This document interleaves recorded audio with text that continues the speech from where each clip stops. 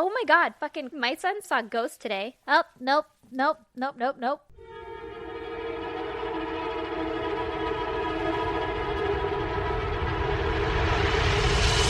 God damn! How do you know? What happened? Tell me more. Okay, first of all, I'm home alone, as you are well aware. I am so aware, which is why I'm super fucking creeped out right now that your dogs are barking at nothing. Yeah. AKA a murderer. That's what reminded me of it. Holy shit. We were in the living room, and we're just sitting there, and we're sitting on the floor.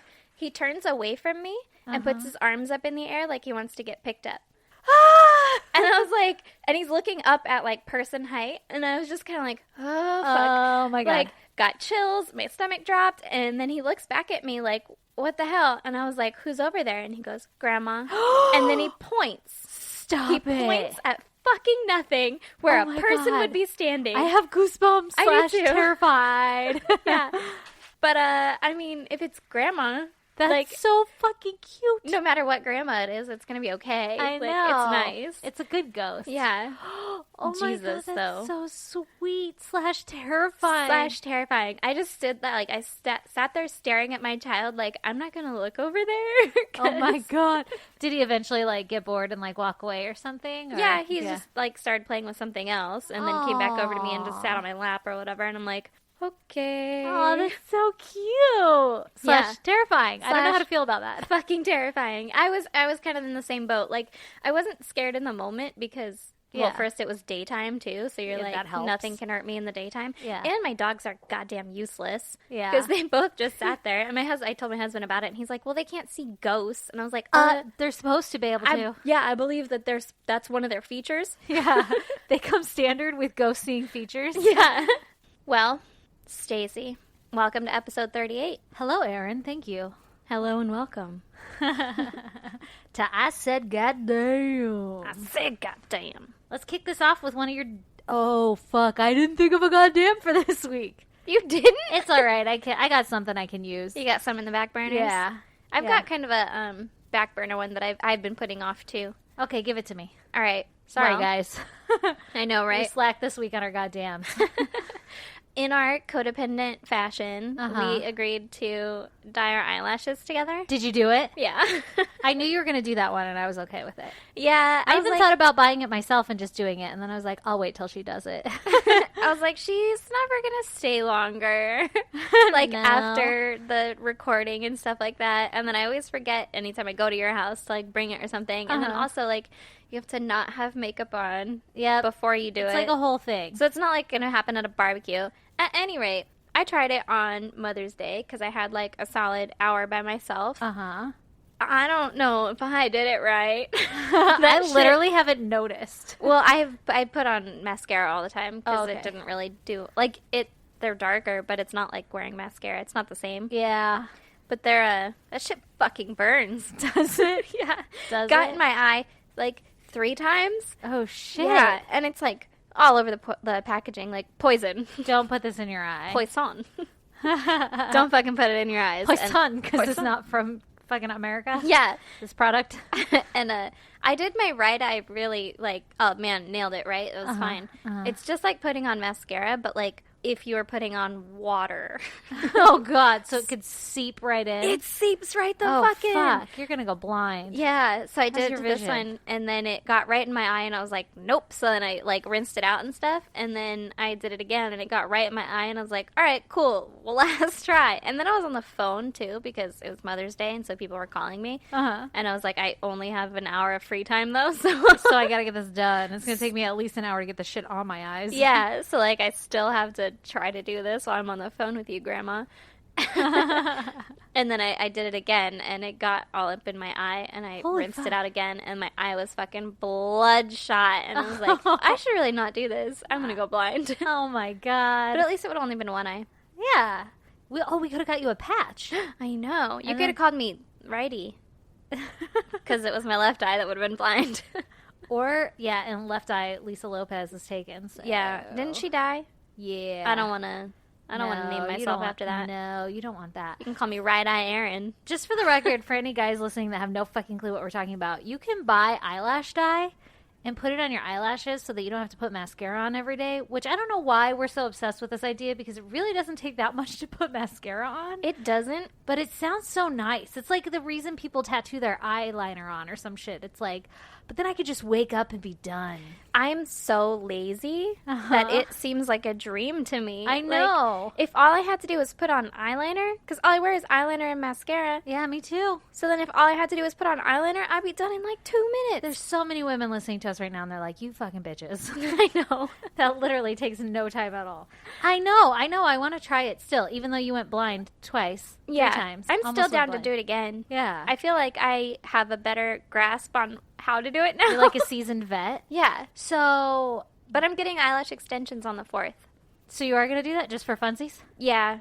All right, Stacy, give me your goddamn. My goddamn is that on Friday I went to a doctor's appointment for my baby. Because that's what you do. You do, like, I'm super fucking pregnant, and so now I'm starting to go, like, every week. Yeah. And they reach inside of you, and they're like, you're about to have a fucking baby. And then you just keep doing that until you have a baby, right? Yeah.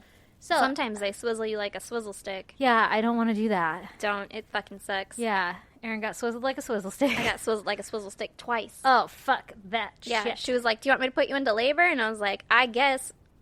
No, not like It didn't that. work. It's all right. When they induced me, it didn't really work either.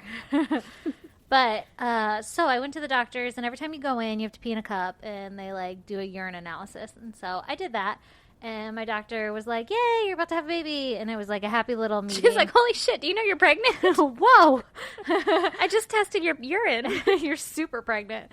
And then I left the doctor's office and everything was great. And I get to work, and my work coworkers had thrown me like a little mini baby shower lunch thing.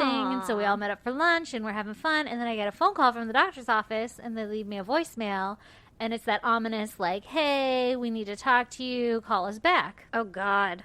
And so it was like the tail end of this little baby shower thing. And I was instantly like, Nope, something's wrong. I just want to go call the doctor. Like, Yeah. thanks, everybody. Now I'm terrified. Something's wrong. Exactly. And so I called back, and they were like, we found sugar in your urine, which is like a sign of gestational diabetes. Yeah. And so we want you to come back in and take another urine sample. And I was like, okay. And they're like, what did you eat today? And I was like, motherfuck. First of all, I can't remember shit. But let me try to remember what I ate. And I was like, I had a bagel, and I had some green tea. And I had 6 cookies. Well, I didn't. I had a bagel and some green tea. And I put a little, like, simple syrup in the green tea, or, like, sugar. Like, Yeah. a teaspoon of sugar or something. But it's really not that much. Yeah. And I was like, that's literally all I had this morning. And she's like, well, what'd you have for dinner last night? And I'm like, I can't remember that. I literally have no idea what I had for dinner. But I'm not one to eat a lot of, like, chocolate or sugar. I'm, like, a salty snack person. Yeah. Although I do eat a lot more sweets when I'm pregnant. But the night before and the morning, I did not have a lot of sweets. So I was like, fuck, man. Like, what if I have gestational diabetes? Because my mom had it with one of us. One of either myself But also, or my you're brother. so far along now, like, you'd only have to deal with that for the next couple of weeks. Yeah, that's true. But I still was like, you know, you don't want anything Yeah, to of go course wrong. it would suck. Yeah. And so I was fucking terrified the whole, like, 3 hours I had to wait before I went to go pee in a cup again. And I'm like, what if I do? Like, are they going to make me take insulin? Or is Oh, it going to be, God. like, diet controlled? And if it's diet controlled, I've never had to diet. This is gonna suck. So that's going to be hard. And what the fuck am I going to eat? And then I was like, fruits. And then I'm like, those have sugar. Fuck, I'm already failing. I'll just stick with soft food like ice cream. Exactly. And then I get there and I pee in my little cup, and the lady like stops me as I'm coming out, and she's like, come here. And she like takes me over to her lab and then like dips the little stick in my pee. Oh, God. I know. And she's like letting me watch the whole ordeal.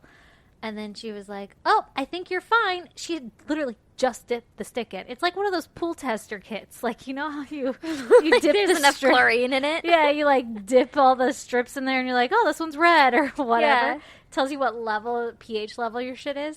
Anyway, so she was like dipping one of those in there, and it came out and it looked exactly the same as right when she dipped it in. And she was like, you're fine. And I was like, oh, those work really fast. And she's like, well, wait a minute. It's getting darker. And then she had like this chart, It was like a green color, right? And then it was Yeah. just like different shades of green. Oh my And God. so she had to like figure out which green it was. And I was like, God damn, they all look exactly the same to me. I would not do well at this job.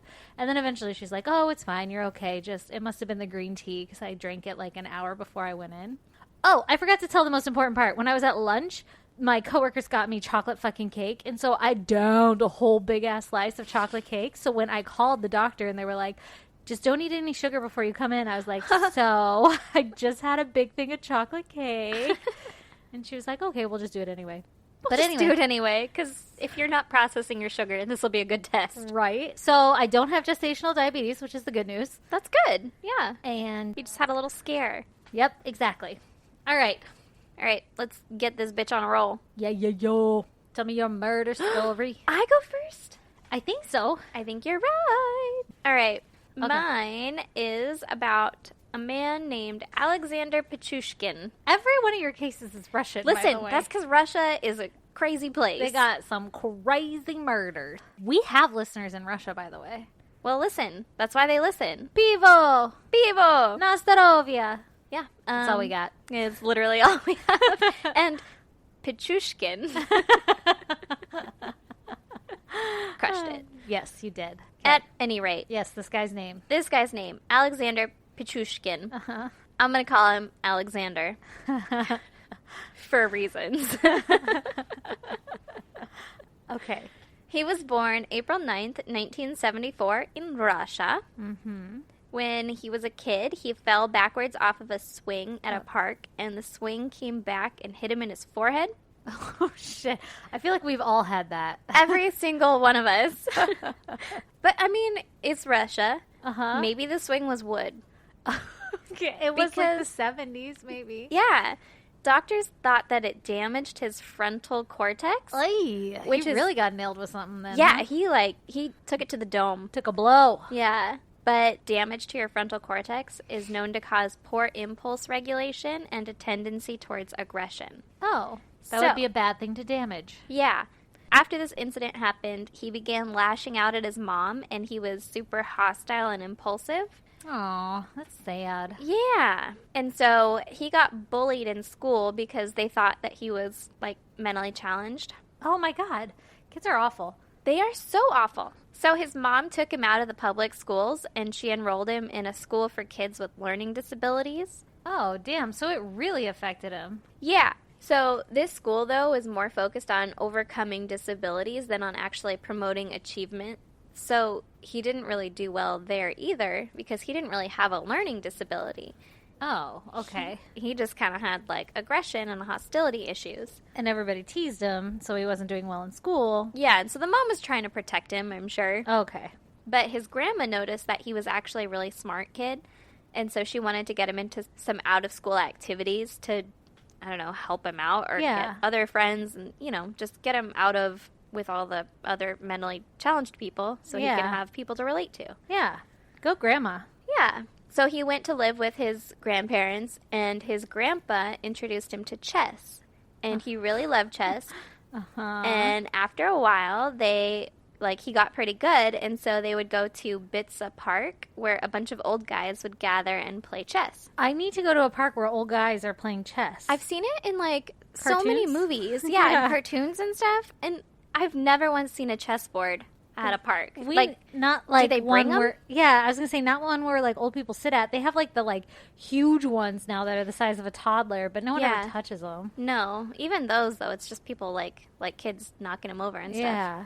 So Alexander started playing with these old guys, and he was actually really good at it. Mm-hmm. But he still got bullied by the other kids, like, around the park and stuff. But at least he had a place that he fit in, Yeah. right? And I don't know why it's like kind of slightly cracking me up over here. The fact that like chess got brought into the story. Like I feel like somehow it's gonna twist. Oh, it will. And because he loved chess, some murderous thing is gonna happen, and I can't figure it out. It's blowing my mind. Yeah. That's Oh my fucking God. foreshadowing. Like it has to be because it made it to your story. But I'm just like, how is this gonna twist Like, into something bad? Yeah, why is chess such a big deal? Yeah. Like, did he kill one of the old guys? Oh. Well, I'll tell you. It's like I fucking knighted your king, bitch. His calling card was chess pieces. Anyway, his grandpa died. Aww. And that, like, super affected him because they were Yeah. really close. And so then he had to go back and live with his mom again. And he started to drink copious amounts of vodka. As they do in Russia. Mm-hmm. He would still go and play chess with the old guys at Pantsuit Park. And I guess these old guys would regularly be drinking, which I guess isn't that surprising considering all of my knowledge of Russia is vodka and potatoes. Thanks, Janka. But either way, he would... Vodka and potatoes. You can make vodka out of potatoes. That's Did you know exactly it. that? That's why I know those two things about Russia. Oh my god. I know. And snow. Uh-huh. There's a lot of snow. And they probably have squirrels. Remember one of our episodes where we're like, do you think there's squirrels in Russia? Oh, I didn't until right now, but now I do, yeah. I was like, what makes you think they have squirrels? Do you think they have squirrels in Russia? Oh my god. Forever be a point of contention in my life. Jesus Christ. So, even though these guys were drinking the whole time, which now Alexander is also drinking with them, Uh-huh. he could hold his liquor, I guess, or at least he could still play while he was drunk, and so he would still beat these guys. Uh-huh.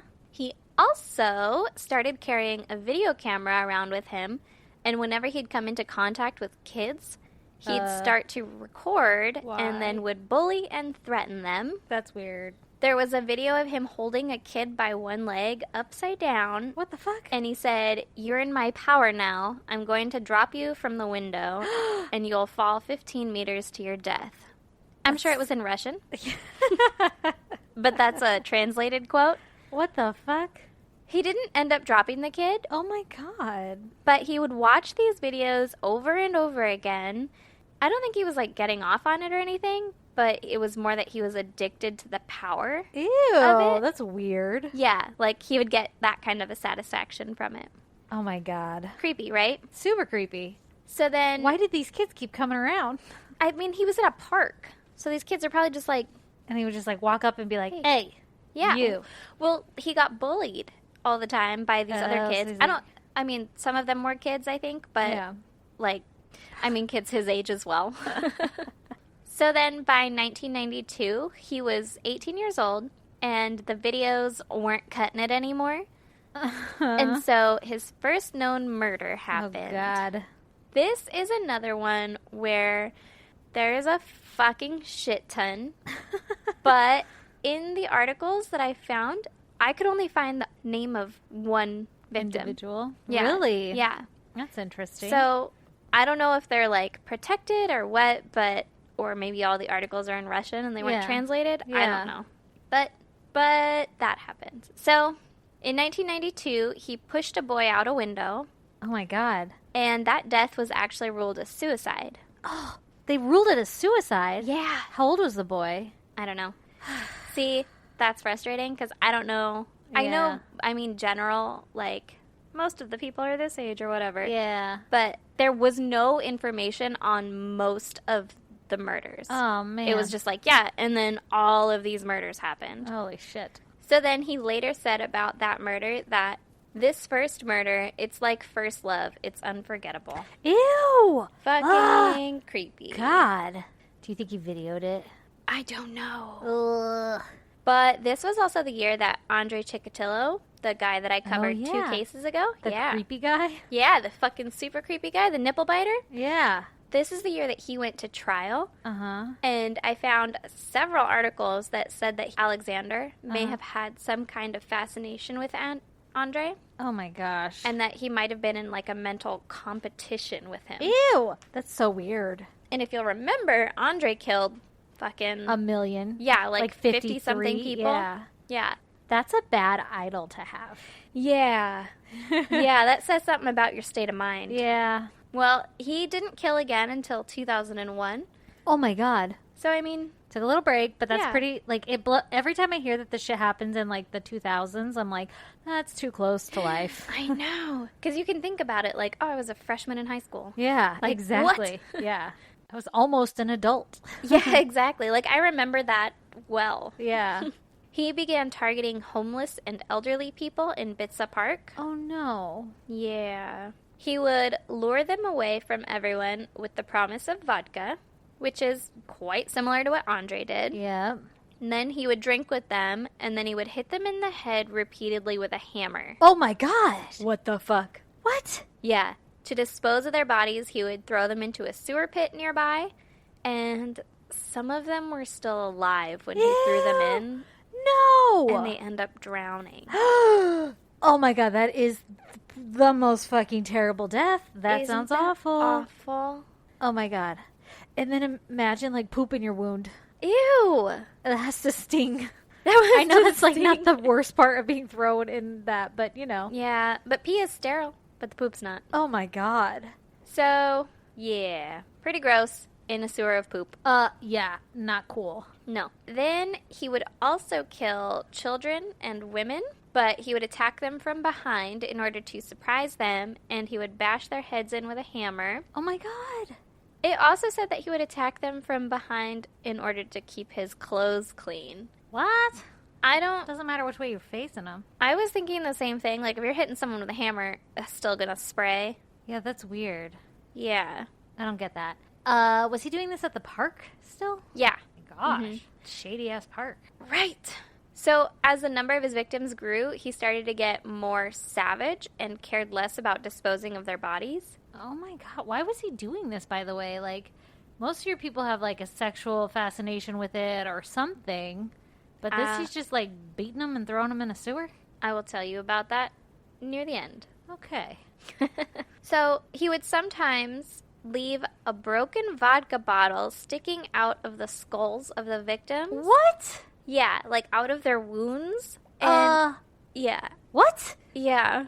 Like he would lure them away, drink with them, bash their head in with a hammer, and then put a vodka bottle in their head. Like the top part of the vodka bottle? It didn't specify it was the top or the bottom, but they said that became like his calling card. In their already created wound, or he'd make a wound by shoving the vodka bottle in there? I think in their already created wound. What the fuck? Yeah. You remember how you made like spiked watermelon or whatever? You'd cut a hole in the watermelon and then you just put like the vodka bottle upside down in the watermelon. Oh my hole, god. and it would just like fill up the watermelon. Yeah. That was kind of what I thought of. Was the bottle full? Oh my god. Like, did he leave the cap open? Was he trying to like put it in their head? Wait. So like their skull was so bashed in that he was shoving it through like a hole in their skull. Yeah. Oh my god. I was thinking like just a flesh wound and he was like tucking the glass under it or something. And I was like, that's weird. Like you're wearing like, this is my crown. Oh, no. No, it was like a bottle in their head. Oh my god. Yeah. Like a hole in their head and then they shove the bottle in. A hole in their head with a fucking vodka bottle in it. Oh my god, that's terrible. Yeah. Not that either of them are okay, but that one's way worse. Yeah. Ew, and for it to ew, like ew, ew, stay ew. there, that has to be ooh. Need to like smush it into the brain. Ew. That's so weird. Yeah. Why the fuck would anybody think of that? I don't know. It puts in perspective too, like the severity of the crime. Because when you say like, "Oh, hit him in the head with a hammer," like obviously I know that's going to cause damage, but like there's different levels of hitting in the head with a hammer. Yeah, there's like whacking you and causing some damage, and you could die from because your skull split open, and then there's making a fucking hole in your head. Yeah. With a hammer. Yeah. That you could fit a bottle in. Oh my god. Yeah, he was at that stage. He was that level of crazy? Yeah. Ugh. So he also started to leave their bodies in the open to be discovered rather than trying to hide them in the sewers. And by 2003, locals were like, all right, for sure there's a serial killer out here. He's got a mark. Yeah, he's got like a calling card. And also, there's been like fucking 50 people going missing or found murdered in this park, in Bitsa Park. Ugh, stop going to that park. Yeah, by 2006, there were 50 people found. Whoa. They nicknamed him the Bitsa Beast. In June 2006, he murdered a woman named Marina Moskalyova. Beautiful. Who he worked with at a supermarket. Oh, shit, someone he knew. Yeah. She had left a note for her son saying that she was going to take a walk with Alexander. Uh-huh. And then her body was found in Bitsa Park with her head beaten in with a hammer. And she had a metro ticket on her body and police checked surveillance tapes and saw her at the Moscow metro system walking with Alexander just hours before her murder. Oh, my God. According to his coworkers, he was quiet and strange, but he didn't seem dangerous. Yeah, murderous. Yeah, but he got Marina to go for a walk with him by asking her if she would like to see his dog's grave in the woods. What the fuck? Yeah. That's a hard no, That's Alexander. a hard no. Yeah. And apparently that weirded her out enough for her to leave the note for her son to be like, hey, this is where I'm going to go. This is who I'm going to be with. Oh, man. But I don't know, say man. no. If I thought some guy was strange and quiet and he was like, you want to go see my dog's grave in the woods where there's been a serial killer, I'd be like, nah, I'm cool. I'm gonna wait this one out. I'm going to just go ahead and not do that. I know, but maybe, like, what if she was in a situation where they were alone and she felt scared to say no? Like, then he would do something then. And so she was like, maybe if I go on this walk, I'll have a chance to run or some shit. I don't know. A dog's grave would be really a hard thing to get me to go to the woods for. If you Hard were sell. like, yeah, if you were like, hey, there's a pit of puppies out in the woods. Do you want to go see it? I'd be like, fuck yeah, let's go. But if you're like, there's a dog's grave, I'd be like, gross, you creep. I don't want to see that, but on the same token, if I were to say, hey, Aaron, there's a dead body in the woods, you want to go poke it with a stick? That's true. You would be there in a second. You would be in front of me like, yeah, I've seen it for this last week and I've been poking it every day. No one's called 911 because I've been the only one here. I don't call weirdo. 911. Oh, man. It's true. That's true. But So that's maybe she you. was just into poking puppies with sticks. If, like, a dude popped out of the bushes and was like, hey, kid, want to see a dead body? I'd be like, no. Yeah, that's true. But what if it was, like, your coworker at work? Like Dylan. Yeah. If Dylan was like, you want to go see a dead Yes. body? All right, And then- I would go. And there was a known serial killer in the area. I would go. Yeah, exactly. I would go. God damn it, I'd be murdered. Dylan, here's your chance. Fuck. Don't guess- kill her, though. I love her. I guess I can see that angle. It's not as weird now that she agreed. But a dog's grave still. Like, what are you Yeah. going to look at? A little cross? And be Maybe like, it was like "Okay." the sympathy route, you know? Like Yeah, he was like- oh, I really miss my dog. Will you come with me? I want to go lay flowers on her grave or some shit. Yeah. I don't know, man. Dead body would get me more than a dead dog. It really would. Anyway. On that note. He was arrested on June 16th in 2006. And in his home, police found a chessboard Oh. with dates on 61 of its 64 squares. Oh my God. Full circle. Ba ba ba ba. Yeah. He was trying to kill as many people as squares on a chessboard. What the fuck? That is the weirdest thing, like, affinity I've ever heard. I know. What was he gonna do when he got them all? Actually, he later said that had he not been caught, he would have just kept going. Like, he wouldn't have stopped. Like, got another board? Probably. I don't Start know. dating the pieces? Yeah, What right. the fuck? Yeah. That is so weird. Yeah, but that's how chess ties into it. That is so weird. And despite having dates on the board to help, the police were only able to link him to 51 attacks. So he had Damn. 61 dates filled out on this board, Yeah. and they were only able to link him to 51 attacks. Oh, shit. There were 48 murders and 3 attempted murders. So 3 people lived from having their head bashed in or whatever. How? I'm assuming maybe it was in the beginning. And then they people just, that, like, didn't remember? I don't know, I guess, yeah. If you get fucking head injuries, you probably wouldn't remember. Whoa. But, like, people that got thrown into the sewer or something, because they said some of them drowned. They didn't actually die from getting hit.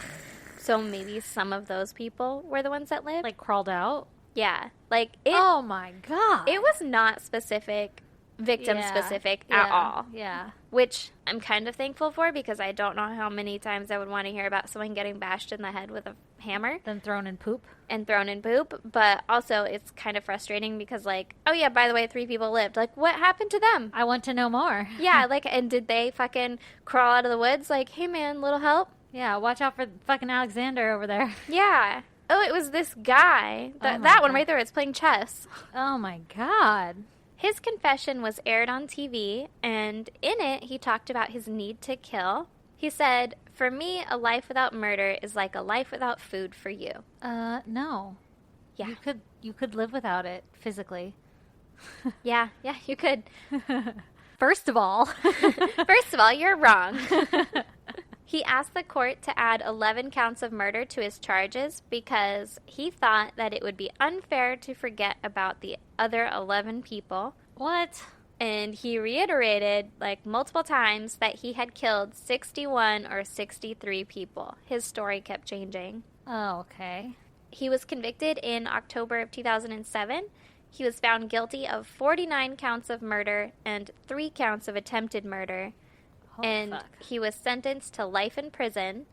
And the first 15 years would be spent in solitary confinement. Holy shit, 15 years? 15 years in solitary Oh. confinement. That's fucking intense. That won't help at all. Oh my god, no. What are you gonna fucking put him in with a regular population after that? What the fuck? What year was this that he got sentenced? 2007. Oh my god. Yeah. Oh my god. Not that long So ago. is he still in solitary confinement? Let me do some math. Yeah, he's still there. You said 15 years? Yeah. Yeah, so I guess he is still in solitary confinement. Yeah. That's insane. That's crazy. That's like, you're not allowed to leave your cell except for like 1 hour a day or something. Yeah. That's crazy. Wow. Maybe it's for the better. I don't feel sorry for him. No, it's just kind of like, whoa. He does have that issue with aggression, but like what you said, what are they going to do? They're just going to like put him back into fucking regular population after that? Like, what? He's not going to handle that well. No, especially like considering how fucked up or socially inept he was before this. Yeah. 15 years with only seeing like a guard through a fucking glass wall. Yeah. Oh my god. Like, you're not gonna be okay. Anyway. well, goddamn. Yeah, goddamn. It's an interesting fucking story. Yeah. So, Russia, it's an interesting law you have there for 15 years fucking solitary confinement. Yeah. You're not fucking around. Yeah. Listen, Russia plays hard, but they work hard. All right. Okay, are you ready for my story? I'm so ready, Stacey. So my story today is brought to you by a listener, Which one? my boss. Really? Well, actually, it's my boss's fiance. Ooh. So this one comes from Katie and Chris. What's up, Katie and Chris? Chris is the one who remembered this story, and he was like, I don't know if he lived in Ventura at the time or lived around there or something, but he Ooh. remembers reading about it in the news and stuff. Yeah. And so he had told Katie, like, oh, you got to tell Stacy about this case and have them, like, look into it. Oh my god. And then Katie sent me a link, and I was like, I'm going to fucking do this one. So, thanks, guys, for the suggestion. Yeah. This is the story of the murder of Sherry Daly. Okay, I'm ready. Can I just say first that I think it's fucking awesome that your boss listens? She's the best. She's probably one of our, like, most hardcore listeners. That's so funny. She's bought our merch. She's a Patreon. She's so fucking supportive. That's awesome. Not What's only- up, Katie? I know. Not only is she, like, the best boss, she's just, like, an awesome person in general. I haven't told like anyone that I work with because I'm like, I'll for sure get fired I'm if they pretty- find out my I deep know, dark right? secrets. I'm actually really close with Katie, which is nice. Like, not only with work and stuff. 'Cause Yeah. it's nice to have a manager that you can go be honest with and be like, listen, I'm having a rough day. Yeah. Normally, I would be all over this project, but right now, I need fucking help. Right now, I just need 5 minutes in the scream box. Yes, I'm going to rant and rave. Please take off your manager hat. Yeah. Okay, you can put it back on. Let's go. Yeah, of course I'll do that. I would love to, as per my email. Exactly. Okay, so Sherry Daly. Okay. She was an attractive, blonde young woman who lived in Ventura, California in the 90s. Okay. And she seemed to have everything. Ooh. She was outgoing and very friendly and kind, and people really liked her. And when she was in high school, she met the love of her life, Michael Daly. And supposedly it was love at first sight, and they quickly became high school sweethearts. Mm-hmm. And he was the only man that she had ever loved. Aww. And they moved in together right after high school and got married, and they had 2 sons together. All right. Picture perfect. Yeah. On that note, Yeah. although Sherry was very devoted to him, Michael wasn't as devoted to her. Oh, what an asshole. Yep, he's a dick. And he claimed to have felt trapped in his marriage, and he started to have affairs with coworkers. Ew. Yeah, at a local Vons that he worked at. Oh, good. Which, for all of those who live out in that area, he worked at the Vons off of Rose Avenue in Oxnard. Oh, all right. I always like listing the like actual location if it's available, because when people do things on San Diego, I'm like, are you fucking serious? I shop at that Bonds. Yeah. You know? I've been there. Yeah, exactly. So, okay, so he was having affairs with his coworkers, and he wasn't really secretive about it. Ew. So everybody knew about them.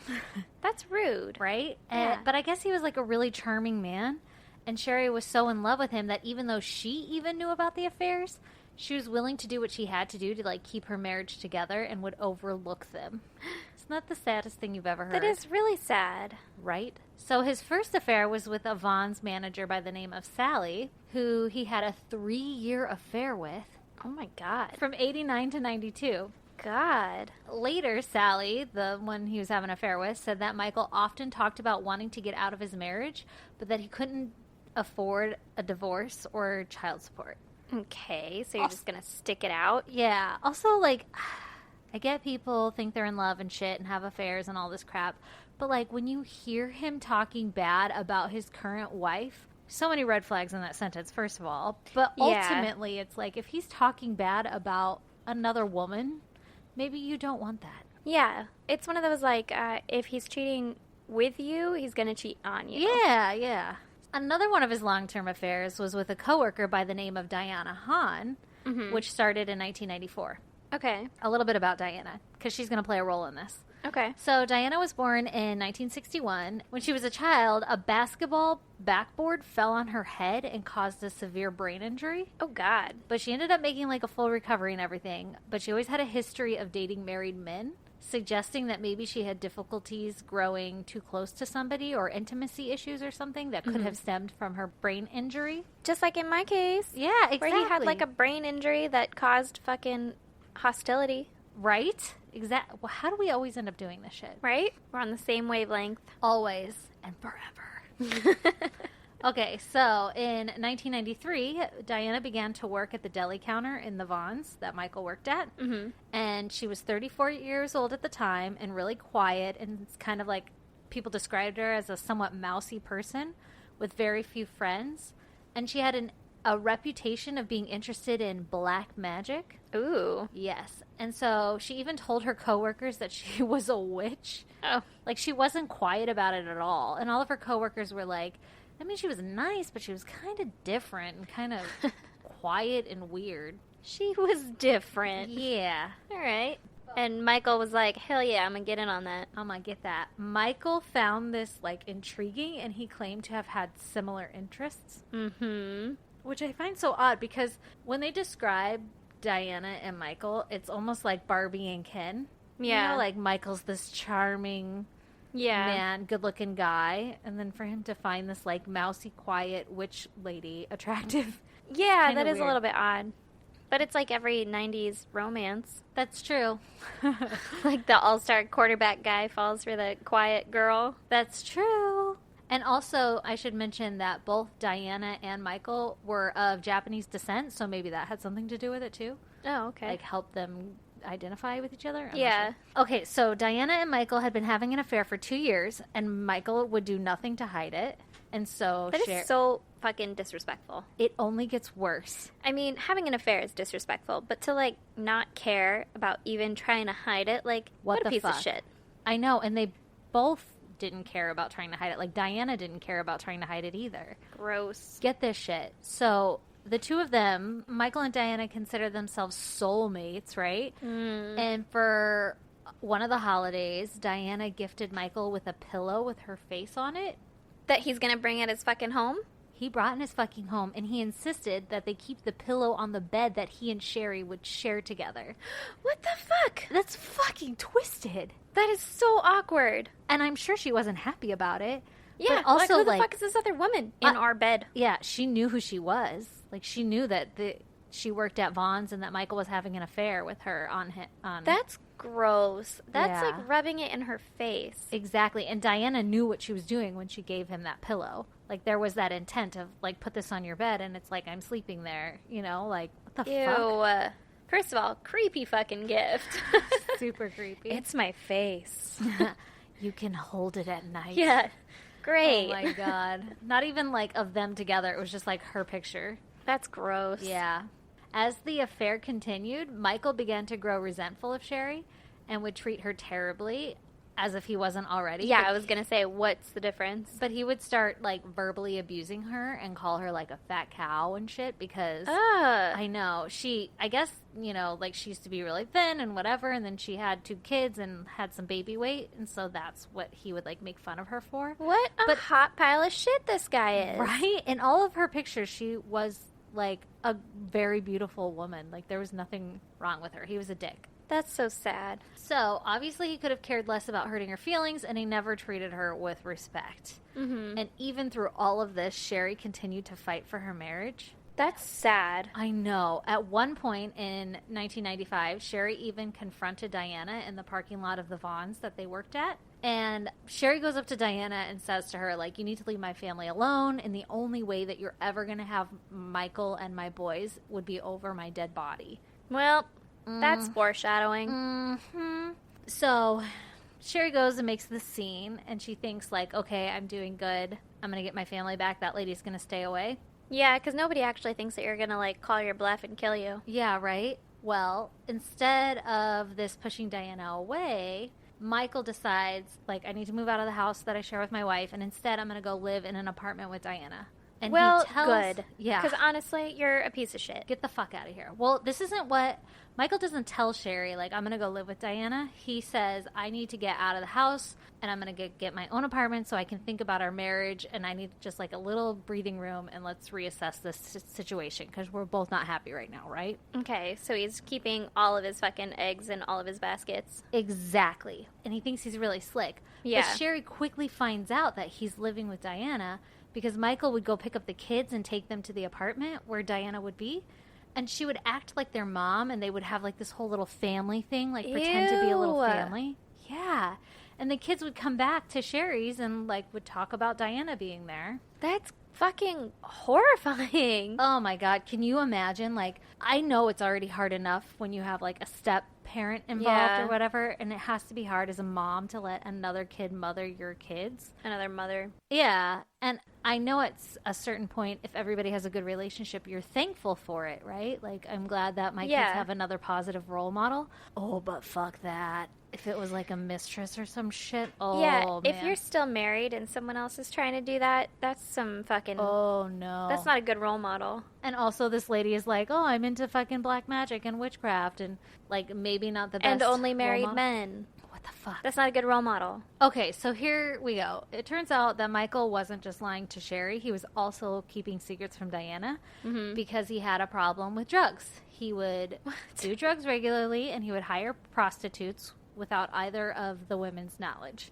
Well, once Michael moved out of the house with Sherry, and she found out that he was living with Diana, Sherry was like, fuck that shit, just like we said, and she was like, I'm gonna win Michael back, and I'm gonna do that by losing a bunch of weight and changing my appearance and, like, getting all hot again, right? First of all, get it, girl. Yeah. Get that revenge bod. Yeah. But also, don't do it for him. Yeah, do it for you, boo-boo. Yeah, and for another man who deserves you, because this guy is a piece of shit. That's fucking right. Well, after all of this happens and she loses the weight, Michael all of a sudden shows back up and moves in with Sherry. Ew. And so she's like, yes, I've won this war. I've got my happy little family back. But really, the reason that Michael had moved back in with her was because he couldn't afford to pay for a house and an apartment and all of the drugs and hookers and shit.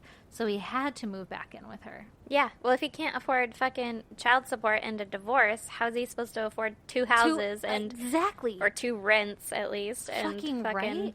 Hookers. Hookers are expensive. Hookers are so expensive. And you I can't guess... just budget that in with the gas. Maybe he would get, like, a Groupon deal or something. But anyway, so I guess when they had first moved out, Michael and Diana was still living at home with her mom. Mm-hmm. And so when he left to go move back in with Sherry, Diana literally had to go move back in with her mother. Oh, that's She's sad. like 34 or something. Didn't I say that? Yeah, that's you did. Crazy. So anyway, so here Michael and Sherry are living together, and Sherry thinks that she got her husband back and that he's no longer seeing Diana, but really he still is behind her back. Yeah. Obviously, because he's a piece of shit. Yeah. And Diana starts to get pissed and doesn't want to be kept a secret anymore or share Michael with Sherry. So she starts making Michael's life really difficult. Mm-hmm. Like, you gotta leave her, make a decision, whatever, right? Which, honestly, he should make a decision. Yes, he should. One or the other, because he's stringing along both ladies. Yeah, what the fuck? So as the tensions start to rise between this, like, little triangle, Michael again began to verbally abuse Sherry and treat her poorly. Mm-hmm. But life kind of just continued on per usual in their house, like as they were living before he moved out and everything. Even though he was treating her bad and everything, she was still trying to save her marriage. Yeah. Until May 6th in 1996, Michael Daly arrives at his son's school because he got a call that no one was there to pick them up. And he was surprised because Sherry usually would pick them up. Yeah. So he goes home and he expects to find Sherry at home because she owns a residential daycare facility. And he gets there and she's nowhere to be found. And so after a few hours of not hearing from Sherry, Michael decides that it's time to call the police to report her missing. Mm-hmm. And he tells police that Sherry dropped the kids off at school that morning and hasn't been seen or heard from since. Okay. And was she supposed to work that day? Like, were people like, hello, daycare, are you open? There had to have been more than one person working at her daycare. Yeah. So maybe she had like a coworker and the coworker just let herself in, or she had been there in the beginning and was like, oh, I'll be right back. Like, I need to run to the store or something. And Yeah. the coworker was like, I don't know. She just never came back. Because there's no way you would leave all those kids there. Yeah, yeah. Or the parents would just, like, not drop their kid off. Like, oh, I guess it's closed today. Yeah. And daycare starts before 8 o'clock in the morning. Yeah. And she dropped her kids off. So maybe it was like, Well, some daycares run, like, they'll take your kids to school and stuff. Because, like, That's if you true. have to go to school or if you have to go to work before your kid goes to school. yeah, they'll run them around. Yeah. So I don't know the exact scenario, but there had to have been a second person there. That would make sense. Yeah. So, you know, like I said, Michael calls the police, and the police tell Michael, you have to wait 72 hours before you can file a missing persons report on an adult. Oh, my God. And the parents of the children of the daycare, they soon learn that she's missing, and they're like, fuck that, we're not going to wait 72 hours. Let's go search for her. Yeah. Like, Ventura's small enough, we can find her. Yeah. So thank God for these parents, because they start driving around the city, and they find Sherry's van at a local Target parking lot. Oh, shit. Yes. And they found the items she bought at Target were still inside the van, along with her keys, which were left in the ignition, What? and her ID, which was attached to her keys. So, like, her identification was still in the car and shit. Yeah. So, obviously, this sets off some red flags. Yep. And, you know, everybody calls the police, and the police are like, oh, okay, we should probably investigate this immediately. She's not just, like, off doing something. Obviously, something happened. She left her fucking life here in the van. Yeah. We're not going to wait 72 hours. That's suspicious. Yes, as fuck. So the police start asking around to Sherry's family if she would have had any reason to flee or disappear. And everyone was like, no, she had every reason to stay to care for her children and the daycare. And she was, like, really loved in the community. Yeah. Even though she had, like, a bad husband and everything, she wouldn't leave all of this just because of him. And she was fighting for him actively. So Yeah. it doesn't make any sense. She that would wanted just him to disappear. stay. Yeah, exactly. So Michael starts telling people close to him that he thinks that she'd been kidnapped, just like for no reason. Like his theory is like, oh, somebody came and snatched her. Mm-hmm. And so the police are like, let's review the security camera at Target to see like what happened when this all went down. Yeah. So they confirm that Sherry had gone shopping that morning, and the video shows her at the cash register and then shows her leaving the Target. And other shoppers that were at the Target that morning start to call the police, and they report some suspicious activity that they had noticed that morning. Like in the store? Well, they were in the parking lot, and one witness claims that she saw a woman sitting in her car with an obvious blonde wig on and thick, almost like theater-like makeup on her face. What? And it was clear that the person was wearing a disguise. What? And it was enough to make her do a double take, because she was like, What the fuck is that? ah! Yeah, exactly. And she glanced back and saw that the license plate on the car had appeared to have been altered in some way. Okay. Which I don't know what that means. Like maybe piece of paper over the license plate? Maybe, but she was like, that's fucking weird. I'm going to keep note of that in my brain. It's like we all do when you hear like a gunshot and you're like, what time was it? Okay. Yeah. I'll be exhibit A. Yeah, because that's not really enough to, like, report. Yeah, you're just like, what the fuck is going on over there? So another witness says that they saw a blue Nissan Altima in that parking lot, and that the Altima pulled up to Sherry as she was getting into her car and parked behind her. to kind of like park her in. And the woman was wearing a blonde wig, and she got out of the Nissan, and she went up to Sherry and says something to her. And Sherry stepped out of the van, willingly turned around and put her hands behind her back, and the blonde wig lady handcuffed Sherry and put her in the back of the Nissan and drove off. What? Holy shit. What? Right? What? Right? If someone was like, come with me, I'd be like, one moment, let me just turn around and run. Start my engine. Yeah. And then just like lock all your doors and just sit there until they move. Yeah, or I mean, I would just fucking take off. Like, take my car. I don't give a shit about that. Oh, you mean like run out? Yeah, I would run away. Like, Yeah. I would get out of the car, and then I'd be like, turn around, put your hands behind your back. I would, like, turn around and then, like, fucking dodge behind another car. like, no. And do the, like, thing running away from, a kid running away from their mom, you know? Yeah. Like, going to this side of the car. Now I'm going to that side of the car. Yeah. What are you going to do? Psych. Yeah.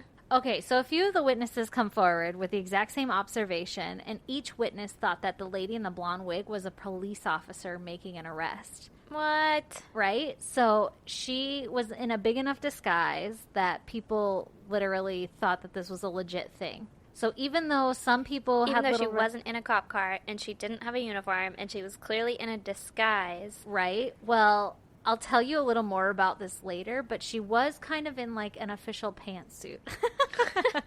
Oh. So, A I pantsuit, mean, you if say. nothing else says police officer like a pantsuit, I don't know. Yeah, what especially a does. police officer in disguise. Like, when is a police officer ever in disguise? When they're playing a hooker? Or apparently a presidential candidate. Driving a Nissan Altima. Yeah. Yeah, I don't know, but everybody was like, you know, we thought it was kind of weird, but we also thought it was somebody being arrested. Yeah, I mean, honestly, though, I wouldn't call the cops, but we know that about me, so. Yeah, I don't know that I would have either if I thought somebody was being arrested or if there wasn't a struggle or anything or the person just got in. I don't know. I don't know what I would have done. So everybody thinks that this was like an official arrest or whatever. Yeah. But they're calling in to tell the police, like, hey, FYI, this is what I saw. I think you guys arrested her. And the police are like, nope, that wasn't us. That's fucking weird. So instantly they knew that this was an abduction case and that she didn't run away or whatever. Which Michael was saying that he thought that she was abducted. Is Is it because he had previous knowledge that she had been abducted? Probably. What It a sounds like a fur. dick, right? Yeah. Sounds alright. like something a dick would do. Yeah. Yeah, and he does sound rather dickish. So the police are like, okay, fuck, we need to act fast because we don't want anything really, really bad to have happened to her or to happen to her. Yeah. And this is like the same day, right? Mhm. So the next morning, her kids and her husband, Michael, go searching for Sherry. Oh, And good. The Mi- husband's involved. Yes. And Michael does like some media appearances and he pleads for people to help him find Sherry. Mm-hmm. So friends and family form search groups and they start passing out flyers and they search all over Ventura for her. And police start looking for potential suspects. Mm-hmm. And they start to look at Michael, obviously. Mm-hmm. And they quickly learn about Michael's infidelity and addiction to drugs, along with his affair with Diana Hahn. So they're like, this guy's a little fishy looking. Yeah. We need to talk to him a little more. And as the investigation starts to unfold, Michael's behavior began to look more and more suspicious because he never really helped participate in any searches. Like, he went out to the one and was like, oh my God, everybody come help me search. But then he kind of like died out and stopped doing that. Yeah. And instead, he would go spend time with Diana. Yeah. Yeah. It's like fucking how to not get caught in a murder 101. Yeah. Look fucking concerned. Yeah. And the couple would be seen having lunch together. And there was even an account where they were trying to buy new jet skis. What the Like, they were fuck? shopping for jet skis while his wife was fucking missing. He can't afford, like, hookers and cocaine. I know, right? He can't afford fucking his lifestyle. How are you going to afford jet skis? Anyway, so it was clear that he didn't really have much interest in the investigation. And so the investigators were like, you know who we should talk to? This Diana chick. Maybe Yeah. she knows something. Solid police work. Yes. You know what I think? I got a hunch. I got a hunch that this guy's girlfriend. might know some shit. And so they go and they knock on Diana's door, and she answers it, and she's in lingerie. And Michael comes out of the back room, and it's like clear that they were in the middle of doing some shit. Mm-hmm. And so the police were like, yo, go get dressed. We need to talk to you, and you need to come down to the station for some questioning. Mm-hmm. And To they're both like- of them? Yeah. Or just her? To Okay. both of them. And so while they're at the station, Diana claims that morning that Sherry went missing, she woke up and she went on a bike ride from her house to Surfers Knoll in Ventura. And she went there to sunbathe. And then she went home. And the bike ride that she had mapped out was like a really long one. And that the police kind of assumed that this was an attempt to make it hard for her to have an alibi for the day. Yeah. Because how the fuck are you going to validate if she went on a bike ride or not? Like, no one was around. It was a long-ass bike ride, and it accounts for a good chunk of her day. And you don't have cell phones to be like, and then she pinged off this tower by that lake.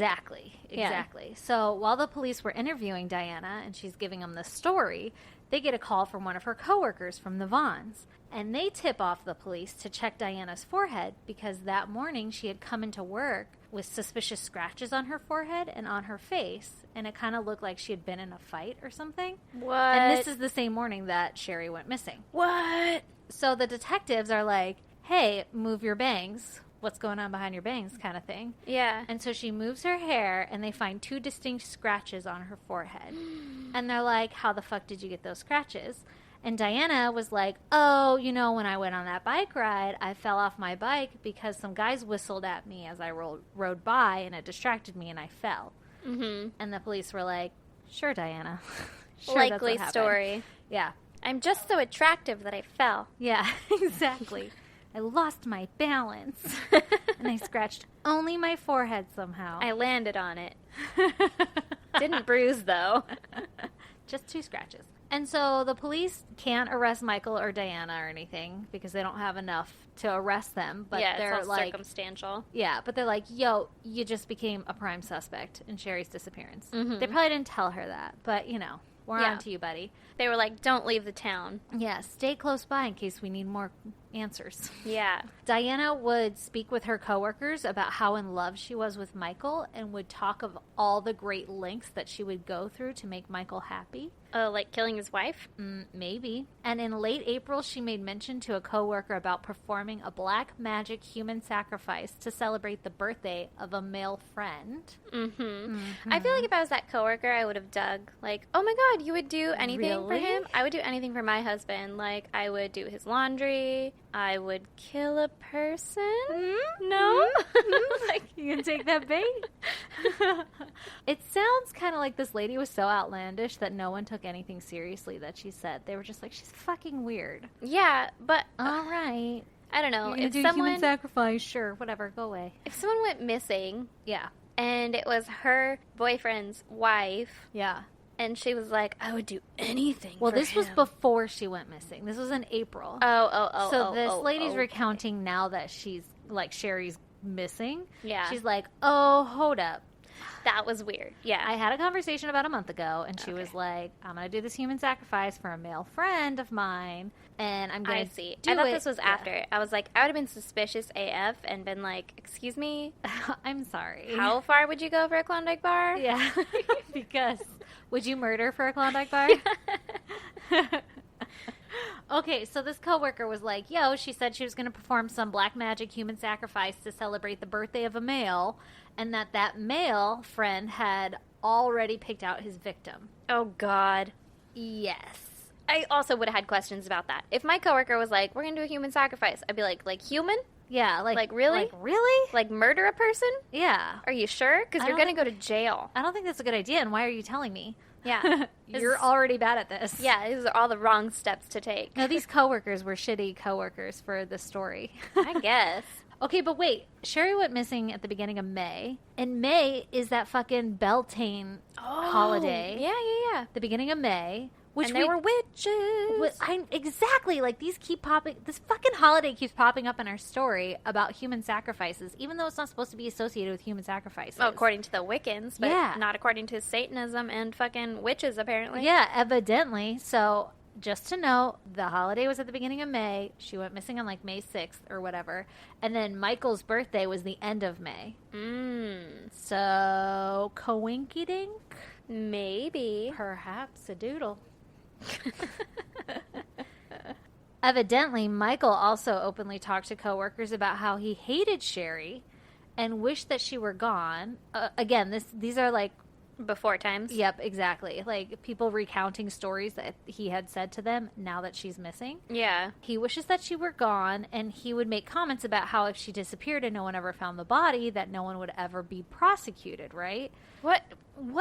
Who the fuck says this to people? Yeah. He'd also talk about how desperate he was to get out of the marriage, but couldn't afford the divorce, and it would be better if Sherry just disappeared. You're suspicious as fuck, dude. I don't trust anyone enough to say anything like that No. to them. No. Let alone my coworkers. You're also not a murderer, though. That so too. There's that. Yeah, I have a little bit more common sense. Yeah. Also, I don't think divorces are that expensive. No. I mean, even if they are, it's better than murder and spending your life in fucking prison. Yeah, but Jesus. you work at Vaughn's. It's not like you're going to be, like, fucking loaded down in alimony or something. Yeah, exactly. Like, shit, she might make more money than you at the fucking daycare. exactly. Anyway, Michael also had a coworker who was going through an expensive divorce at the time, and he would always joke with his friend and tell him that it just would have been cheaper if he had just paid someone to kill his wife. God, Michael said this? Yeah, yeah. Was the guy like, yeah, but I mean, she's still a human, Yeah, so I still have love for her somewhere in my heart. I don't want to kill another person. Jesus Christ. What a fucking insane person. Seriously. So the police are starting to get wind of all this, and they're like, God damn it, we need some sort of evidence so that we can, like, arrest this guy. Yeah, because Michael actually wasn't really too wrong. If they don't have a body, it's hard to prosecute. Prosecute. Exactly. So they're kind of like, digging, and then a break happens. When a blue-green Nissan Altima that Sherry was abducted in was discovered at the local airport. What? So they found the fucking car. Ooh. All right, go on. Uh-huh. A rental contract was found for that same car, which had Diana Hahn's name all over it, and her signature and her initials and everything. So that Breezy rented that car. Okay. That's a not good way to get a car. No. On the down low. No. Yeah. Tied right back to you. Yeah. Michael, at the same time, files for a legal separation from Sherry, and he decides to start giving away Sherry's belongings. Like, as the investigation is still going on. Like, they haven't not found your wife yet, or Yeah. they haven't found her. They haven't declared her dead or anything yet. Exactly. No. Like, No, she's just still missing. And he's like, I'm going to have a legal separation. how long has it been? Not that long. Less than a month. Ew. Yeah. And a legal separation? Mhm. What the fuck? And, by the way, giving away all of her fucking belongings and shit. Yeah. What the hell? So the police find the car, right? And they run forensics on it. And they find blood all over it. Oh, no. It was clear that a struggle happened in this car. Oh, no. It looked like someone had tried to clean the carpets and scrub the car clean, but many spots were missed. Like, straight up, just blood smears. What? Were like on, by where you pull the lever up to scoot the seat back and forth or Yeah, whatever. yeah. There's just like a smear right there. What the Like, fuck? they didn't even wipe that part up. It wasn't even hard to find all this shit. So now the police are able to request search warrants for both Michael and Diana's home. Mm-hmm. And the pair are brought in for interrogation because now they're linked to some suspicious activity. Yeah. Well, her car was used in a fucking abduction. Right? That had blood all the fuck over it. Yeah. So Michael kept trying to turn the interview around the entire time they were investigating him or like interrogating him. Turn it around on who? The cops? Yeah, because he was like trying to figure out what they knew and what they didn't know. Oh. And it was clear to them that that's what he was doing. Yeah. Diana, on the other hand, was a hot fucking mess during the interrogation. And the investigators tell Diana that Michael has outed her. Oh, okay. That, like, hey, he says that you did this. Yeah. You hurt her, so you might as well just come clean and tell us what happened. But he didn't, though, right? No, he didn't. This was, like, their What? interrogation tactic, right? Yeah. So Diana starts to go fucking ballistic and just keeps saying, like, I want to talk to Michael. Of course. And they allow it. What? Well, they're recording, right? Yeah, Okay. because they think that, like, they're going to get together in this room and, like, confess, basically. So they put Michael in the room with her, and somehow he manages to calm her down without admitting any guilt or anything or revealing, like, anything incriminating. And all of the investigation and their interrogation efforts or whatever just went down the drain. Like, the investigator was like, it was 8 hours of interrogating to make her break. And then in, like, What? 5 minutes, the dude basically calmed her down and like shut it all down. And he didn't say anything that they could use. What? He was just like, you're okay. There's nothing wrong. You didn't do anything wrong. They can't arrest you if you didn't do anything wrong. Like saying stuff that, Oh, my God. yeah. And That's got to be a fucking so frustrating. Yeah. The investigator was like, I've never seen anything like it. Even though Diana doesn't admit to anything in this police interrogation or whatever, they have enough evidence that they can arrest her, but Michael gets to walk free. Oh my God. So at least she gets arrested, right? Yeah. But also, I feel like I would arrest him if he's still, like, standing by her, because if my wife went missing and then they found the car that she was abducted in and there was blood all over it and then it happened to be rented to the person that I was dating, I'd be like, hey, fuck you. Yeah. If I wasn't. Instead of like, let me go calm you down. Exactly. Yeah. If I was in on it, though, I'd be like, no, it's fine. It's fine. They don't have anything. Yeah. All they have is all of her blood. Yeah. Literally with your everything. name They linked have to everything. it. Yeah. Oh my gosh. Okay, so the police find more though. They find a check filled out by Diana that was written to a local wig store, and when the police interview the store owner, she distinctly remembers that Diana had come in to buy the wig, and she was asking for a wig that made her look like a police officer, like made her look official. Really? So that stood out. That's interesting. They also found another check signed by Diana for the purchase of an official-looking pantsuit, which is where that came in, similar to what a cop would wear, along with some windproof matches, lighter fluid, a hatchet, crazy glue, and large plastic bags. AKA Breezy bought a fucking murder kit on a check. Oh, the 90s.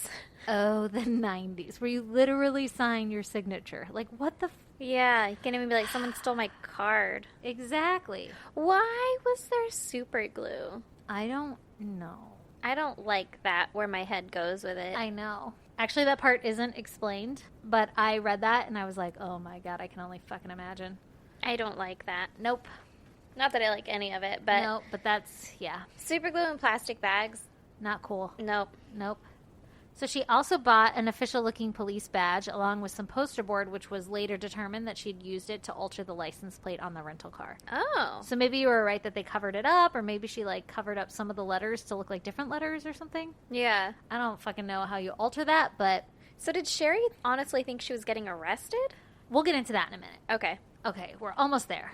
Everything that Diana had signed for was done so in a green ink pen that she just happened to fucking have on her when she got arrested. Okay, so it wasn't even like, oh, someone else fucking stole my checkbook. No, it was like, fuck. This is my special pen that I sign all of my checks with, especially my murder checks. And it's green. Like, come on, man. Don't write checks your ass can't cash. Get it.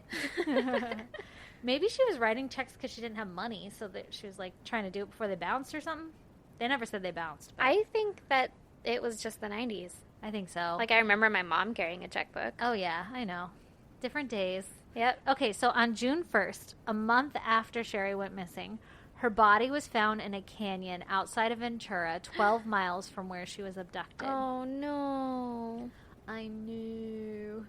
So she was found off of a county road off California Highway 33 next to a steep ravine. And I guess a group of searchers who were searching for her had parked her car and got out to go look for her, and they noticed an awful smell.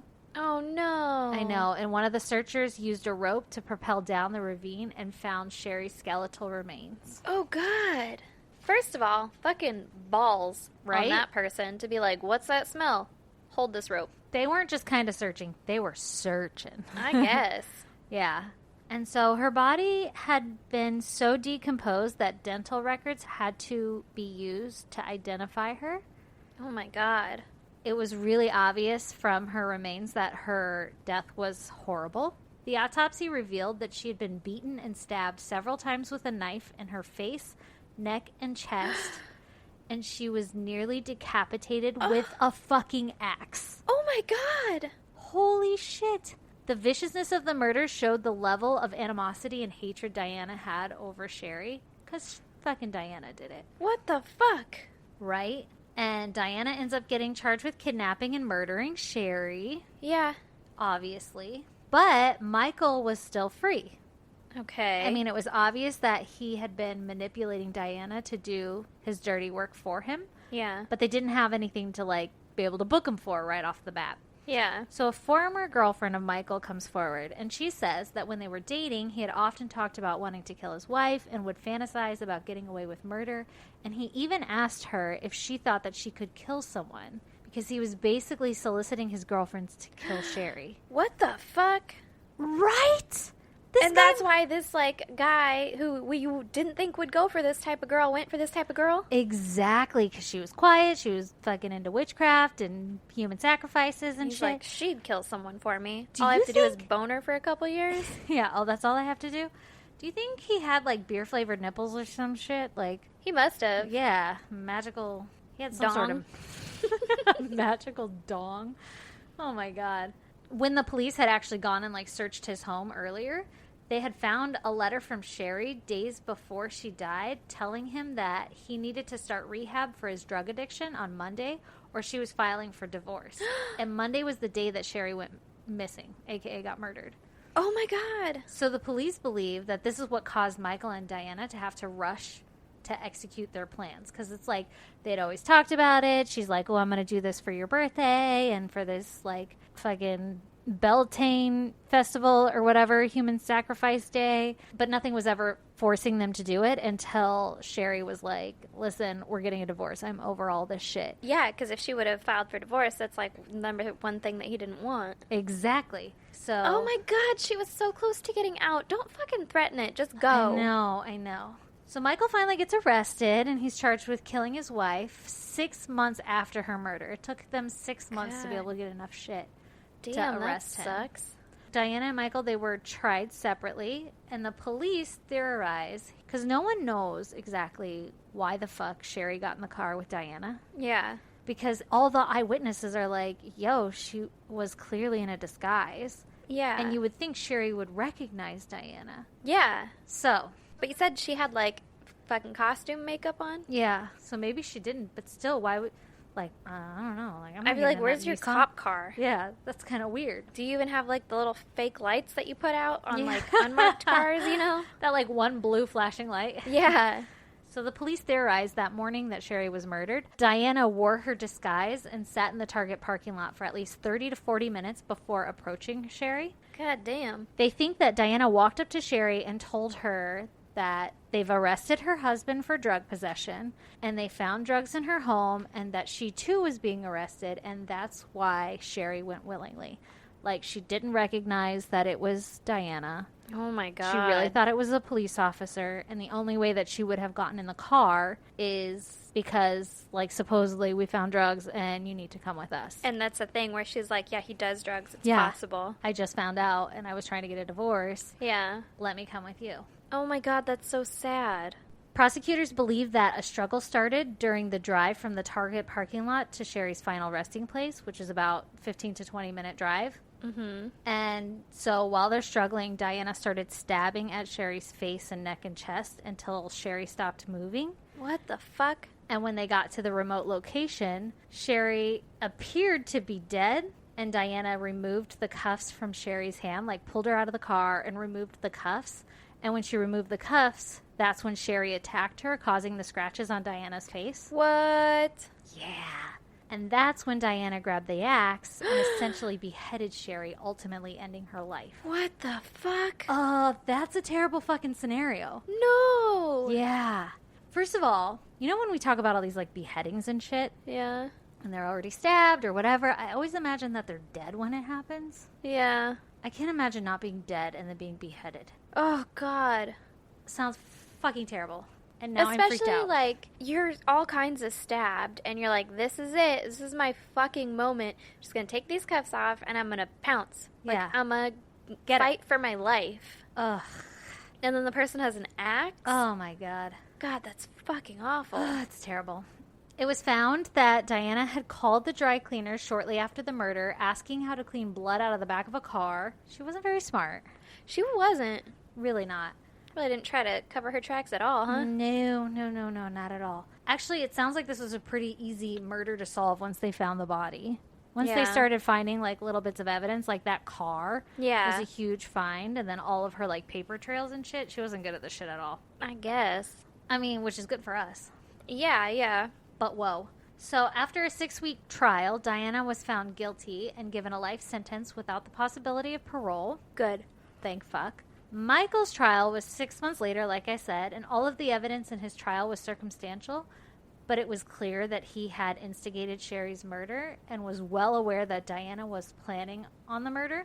Because here's one of like the most incriminating things. Mm-hmm. Phone records had shown that she had called him every fucking step of the way that she was like committing the murder. While she was in the Target parking lot, she called him. She called him at the actual murder location where the body was found. Oh my God. At the car wash when she was trying to clean the blood out. What the fuck? Again, when she was at the hardware store trying to buy cleaning products to get the blood stains out. So for him to say, like, oh, I didn't know that she was going to murder her was absolutely, like, ludicrous. Like, yeah. Come on. She literally called you along the way. She talked to you every step of the way. You're trying to tell me that she didn't tell you, like, dude, I just fucking almost beheaded a lady. Yeah. And also, like you said, in that interrogation room, like, the way he behaved was incriminating in itself by being like, they can't get you for anything. You're okay. Like, yeah. Instead of being like, whoa, wait, what? Yeah, you did what now? Yeah. There was blood in a car that you rented? Exactly. The jury found Michael guilty of killing his wife, and he was also sentenced to a life in prison without the possibility of parole. Good. And that is the story of the murder of Sherry Daly. Jesus. Holy shit. That's fucking intense. Goddamn. That's a circus fire. That's crazy. Intense, get it? Isn't that crazy? What is up with all these like human sacrifices? I don't know. Do you think they're still in love in prison? No. I don't think he ever cared for her. No, I think you're right. I think he used her. Yeah, it's what it sounds like. How sad for her. Yeah, she should feel bad. I can't believe, like, you ever being so in love with somebody that you would do that. And then the brutality of the murder where she got fucking beheaded, man. Yeah, that's insane. Oh, that's heartbreaking. I don't think that I could emotionally care for a person enough to do that to another person. That deep? Yeah. Like, I absolutely love my husband, but if he was like, do this, I'd be like, you gotta go. Yeah. Like, yeah, you're gonna need to find someone else. Yeah, I can't do that. I'll sever this tie real quick. Oh my God. Oh, you know what else? I had heard that her two sons stand behind their father. Like, they think their father is innocent, and they don't believe that he had any part in their mother's murder. Oh, that's rough. That's crazy, right? That's rough. This guy must be really fucking charming. Yeah, like you said, he's the, fucking jujitsu master of the mind. Yeah, he, like, can work that shit over the phone. Yeah. To his kids. How old were his kids, roughly? I think they were, like, 9, 9 and 7 or somewhere around there. That's rough. Because if all you knew was your parents and then one of them ends up brutally murdered, technically not by your dad's hand. Yeah. I mean, can you excuse that and be like, oh, he had no idea? I don't know, man. I don't know. That's pretty rough. I don't know. I feel like I would believe a lot of the things that my dad told me. Yep. Though. I know. That's what's so scary. Yeah. Crazy shit. That is insane. Yeah. Well, goddamn. Uh-huh. There Thanks they are. for sticking around, everybody. Yep. There they were. There they went. Great there stories again.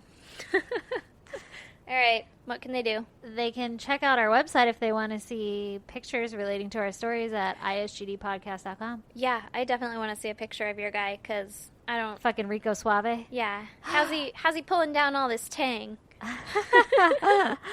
How's he reeling in on all this puss? I've seen pictures and I'm like, nope, doesn't do it for me, but I'm also not a chick in the 90s. Oh, you know? Yeah, that's different. Yeah, I don't know what he looks like now, though. So also, you guys can tweet at us or Facebook us or Instagram us at ISGD Podcast. Yep, or email us at isgdpodcast@gmail.com. That's right. Or you can snail mail us or pigeon post, as one of our friends in the UK said. P.O. Box 2764, Spring Valley, California, 91979. Woo woo. Is that all? They can go fucking... Oh, yeah, Patreon and merch, peeps. Yep. Check it out. Yeah. Patreon you can find on our website, and our merch is also on the website. Yeah. Check that shit out. Erin added some shit. And, is that Wait. all? Oh. Tabby emailed us her goddamn. We got a goddamn? She gave us it's a written goddamn. Ooh. But it's a pretty good one. All right. I read it and I literally was like cracking up because I feel like I was there emotionally and physically. Ooh. Well, tell me about it. She was talking about how she went to go buy some Mexican food the other day, and she was getting in her car and she was situating her food and all that shit so like she didn't have a little incident, kind of like what you had where your taco shop fell all over the goddamn floor. Mm-hmm. And so while she was trying to safely secure her food in her car, the driver door like slammed on her. Oh, no. And it hit her hand and she broke a nail or some shit. Aw. And so first of all, ouch. Yeah. Fuck, that sucks, but way to prioritize. And then later that day, her nail was like bothering her or some shit because it's broken. Listen, I can't relate with the nail issue because I chew mine off like instantly. Yeah. You I could. can relate with the breaking the nail. That shit's annoying. So she was dealing with that.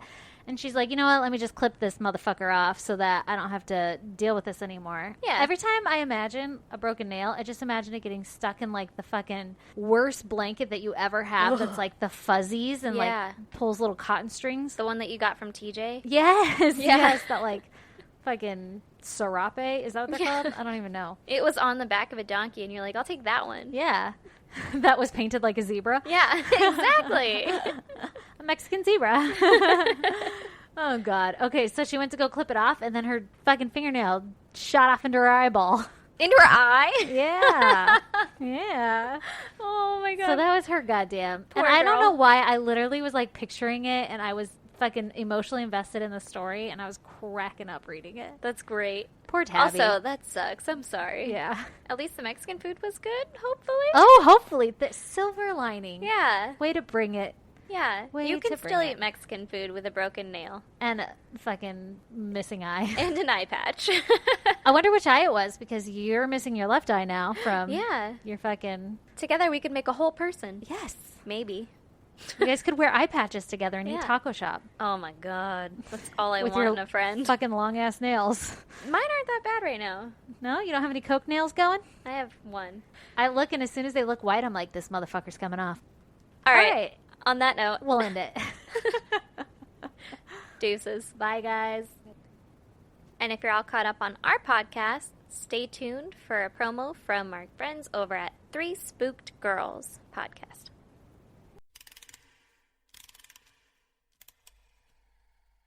Hey guys, my name is Tara. And my name is Jessica, and together we co-host the podcast Three Spooked Girls. If you love the paranormal, Or murder. join us every Monday as we tell our listeners about a new spooky tale or true crime case.